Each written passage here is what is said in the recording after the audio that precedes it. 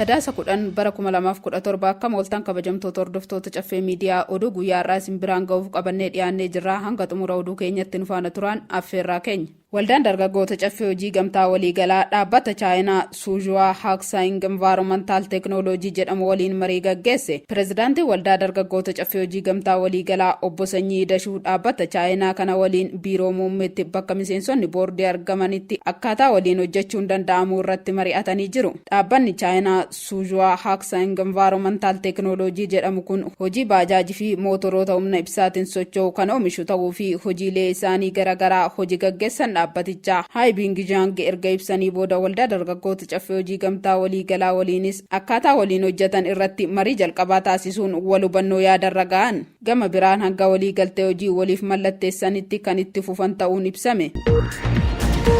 Abdurrahamaan Mohammad Abdullahi filannoo pireezidaantummaa Somaaliilaand mo'atan. Filannoo pireezidaantummaa Somaaliilaand guyyoota muraasa dura gaggeeffameen kaadhimamaa paartii mormituu Waaddaanii jedhamuun kan ta'an Abdurrahamaan Mohammad Abdullahi injifachuu komishinii filannoo Somaaliilaand beeksise. Paartii kulmiyyee bakka bu'uun kan dorgoman pireezidaantiin Somaaliilaand ammaa Muusee Bihii Abdii filannoo kana irratti hin milkoofne. Jalqabumaa kaasee filannoo kana irratti morkataa jabaa ta'uu akka danda'an tilmaamaa kan turan Abdurrahamaan Mohammad Abdullahi filannicha caalmaa olaanaan injifatan. Akkaataa bu'aa sagalee ifoomeen kaadhimamaan paartii Waaddaanii Abdurrahamaan Mohammad Abdullahi sagalee dhibbantaa 63 ol argachuun injifatan. Morkataa isaanii kaadhimamaa paartii kulmeeyyii Muusee Bihii ammoo sagalee kenname dhibbantaa 34.81 argachuun gabaafameera. Paartii Justice in the Development irraa kaadhimamaa kan turan Faayisaal Alii Huseen ammoo sagalee dhibbantaa 1 qofa argachuun osoo hin milkaa'in hafaniiru. Somaaliilaand jalqaba bara 2024 Itoophiyaa waliin waliigaltee wal hubannaa ulaa galaanaa mallatteessuu ishee hordofee Somaaliyaa waliin atakaaroo keessa galteerti. Qondaalli ammaa pireezidaantii Somaaliilaand ta'uuf jiran Abdurrahamaan Mohammad Abdullahi bulchiinsi isaanii Somaaliilaand beekamtii idil-addunyaa akka argattuuf akka hojjetanii fi Somaaliyaa waliin akka mari'atan waadaa seenanii ture.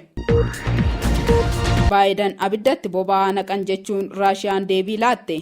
Joo Baayiden Yukureen akka misaa'ila fayyadamtu eeyyamuun abiddatti boba'aa naquudha jette. Mooskoon haleellaa misaa'ilaa kana akka inni Yukureen irraa ka'etti osoo hin taane akkuma Ameerikaa irraa ka'ettan ilaala jette. Raashiyaa fi Puutiin ijjannoo isaanii ifa godhaniiru. Tarkaanfii Ameerikaa kana akka Waashingitan kallattiin hirmaattettan fudhadha jechuun waraanicha sadarkaa haaraatti akka ceesisu ibsan. Raashiyaan tarkaanfichi beekamaadha yeroon aangoo isaanii xumuramaa kan jiru Baayiden abiddatti boba'aa naquun itti wammeessan jette. Hooggantoonni lixaa waraanicha kan jalqabe Raashiyaadha. Loltoota Kooriyaa bobbaasuun kan hammeessis Raashiyaa ammatuma isheeti jechuun amanu. Dubbi himaan pireezidaantii Puutiin Dimtirii Peeskoof garuu tarkaanficha yaadatti qabanneerra. Kun waraanichi bifa biraa akka qabaatu taasisa jedhan.